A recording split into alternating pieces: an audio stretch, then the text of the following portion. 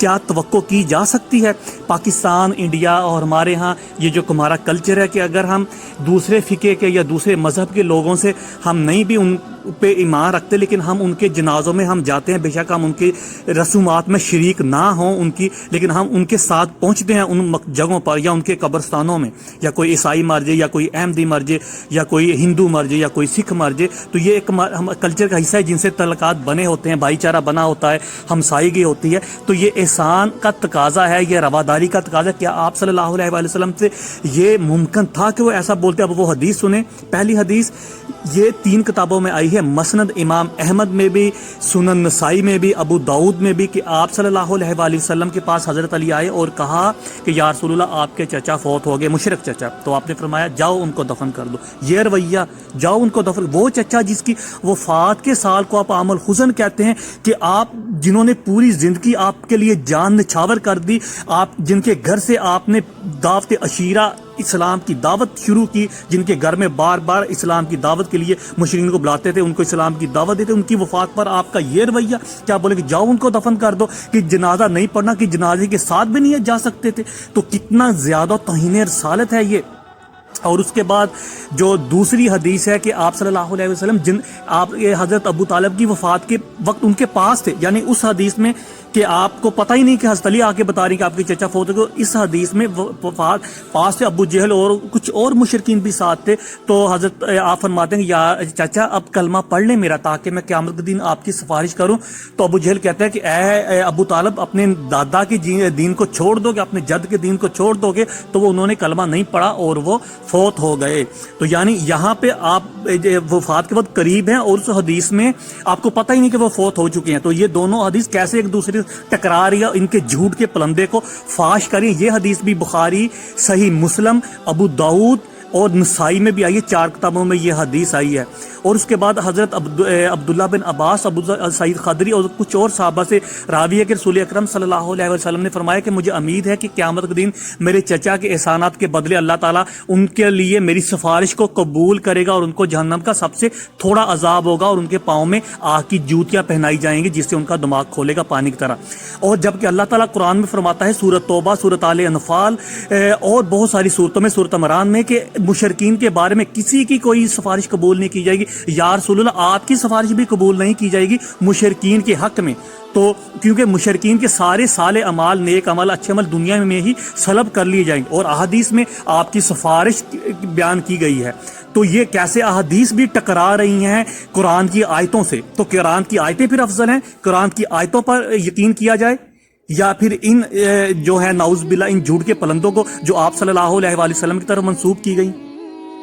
یہ قبر عبد الرحمن بن ابو بکر صدیق رضی اللہ تعالیٰ عنہ کی قبر ہے، اس کا نمبر 99 ہے، آپ آسانی سے اس کو پہچان سکتے ہیں۔ آپ حضرت ابو بکر خلیفہ اول کے بیٹے تھے۔ آپ کی والدہ کا نام ام ارمان، اور آپ کے بہن بھائیوں میں محمد بن ابو بکر، عبداللہ بن ابو بکر، اور بہنوں میں عائشہ بنت ابو بکر ام المومنین، اسماء بنت ابو بکر، ام کلثوم بنت ابو بکر شامل ہیں۔ آپ کی کنیت ابو عبداللہ تھی اور اسلام لانے سے پہلے آپ کا نام عبد العزیٰ تھا۔ آپ حضرت عائشہ صدیقہ کے حقیقی سگے یعنی سگے بھائی تھے، اور فتح مکہ کے موقع پر آپ اسلام لے کر آئے اور اس کے بعد آپ مدینہ شفٹ ہو گئے اور حضرت ابو بکر کا پورا کاروبار سنبھال لیا۔ 53 ہجری میں آپ کو معاویہ نے زہر دے کر قتل کروا دیا اور آپ کی لاش مکہ کے باہر ایک غار کے اندر موجود ملی۔ آج تک تاریخ دان آپ کے بارے میں اس بارے میں صحیح رائے نہیں دے سکے۔ کچھ کا خیال ہے کہ آپ کو ہارٹ اٹیک ہوا تھا، کچھ اس کی وجوہات معاویہ کا زہر دینا بتاتے ہیں۔ حضرت عائشہ صدیقہ رضی اللہ تعالیٰ عنہ اس بارے میں شبہ کرتی تھی کہ ان کے بھائی کو زہر دے کر مارا گیا ہے، کیونکہ بنو امیہ کا وتیرہ تھا، سیاسی حربہ تھا زہر دے کر مارنا۔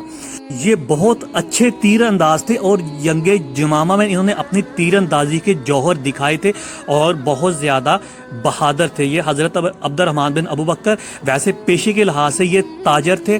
یہ سیدہ اسماء رضی اللہ تعالیٰ عنہ کی قبر ہے۔ آپ حضرت ابو بکر صدیق رضی اللہ تعالیٰ عنہ کی سب سے بڑی بیٹی تھی اور ام المومنین حضرت عائشہ کی آپ بہن تھی۔ آپ ہجرت سے 27 سال قبل مکے میں پیدا ہوئی اور ان کی شادی زبیر بن عوام حضور اکرم صلی اللہ علیہ وسلم کی پھپھی اسماء کے بیٹے سے ہوئی، اور ان کا لقب جو تھا حضرت اسماء کا ذات الناطقین تھا۔ یہ بہت بہادر خاتون تھی اور ہجرت مدینہ کے وقت غار ثور میں آپ صلی اللہ علیہ وآلہ وسلم کے لیے کھانا یہی بھیجا کرتی تھی، حضرت اسماء بنت ابو بکر صدیق رضی اللہ تعالی عنہ۔ یہ قبر ہے سیدہ اسماء بنت ابو بکر صدیق رضی اللہ تعالیٰ عنہ کی۔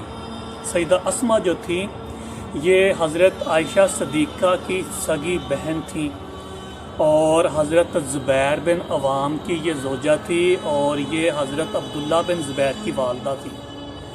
ان کا تاریخ اسلام میں ایک بہت اہم کردار ہے، ہجرت مدینہ کے موقع پر بہت اہم شخصیت ہیں یہ۔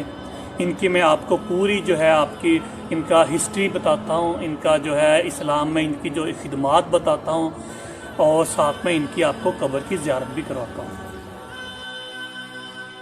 ان کو ذات الناطقین اس وجہ سے کہا جاتا ہے کہ ہجرت مدینہ کے وقت جب کھانا باندھنے کے لیے کوئی کپڑا نہ ملا تو انہوں نے اپنا کمر باندھ، عربی عورتیں کمر کے گرد ایک کپڑا باندھا کرتی تھی، اس کو پھاڑ کر جو ہے کھانا باندھ دیا، تو آپ صلی اللہ علیہ وسلم نے اس سے ان کا ذات الناطقین کا نام دیا۔ یہ ایک سمجھے کہ ایک فخر کی بات تھی جو ان کو ملا آپ صلی اللہ علیہ وسلم کی طرف سے لقب یہ ذات الناطقین۔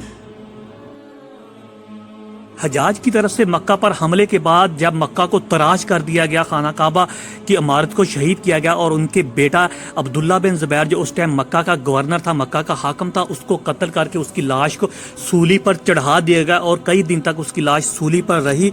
تو اس کے بعد یہ زیادہ عرصہ پھر زندہ نہ رہیں اور فوت ہو گئی 90 سال کی عمر میں، اور ان کو یہاں پر سپرد خاک کر دیا گیا۔ یہ جو قبر ہے 30 نمبر دیکھیں، 30 نمبر کے نیچے یہ اپنی والدہ حضرت اسماء کے بالکل ساتھ ہے، یہ عبداللہ بن زبیر کی قبر۔ اس کے بارے میں مختلف رائے ہیں، بہت زیادہ اہل سنت میں ان کی بہت زیادہ فضیلت بھی بیان کی گئی کہ جب مسلمان مدینہ تشریف لے کے گئے تو ان کے ہاں کسی کے اولاد نہیں ہو رہی تھی، یہودیوں نے مشہور کر دیا کہ ہم نے مسلمانوں پر جادو کر دیا ہے۔ تو یہ پہلی شخصیت تھی جو مسلمانوں کے ہاں پیدا ہوئی اور ان کی پیدائش پر مسلمانوں نے بہت زیادہ خوشی بنائی، اور آپ صلی اللہ علیہ وآلہ وسلم نے کھجور کی گٹی جو ہے ان کے منہ میں اپنا لباب دہن لگا کے ان کے منہ میں ڈالی تھی۔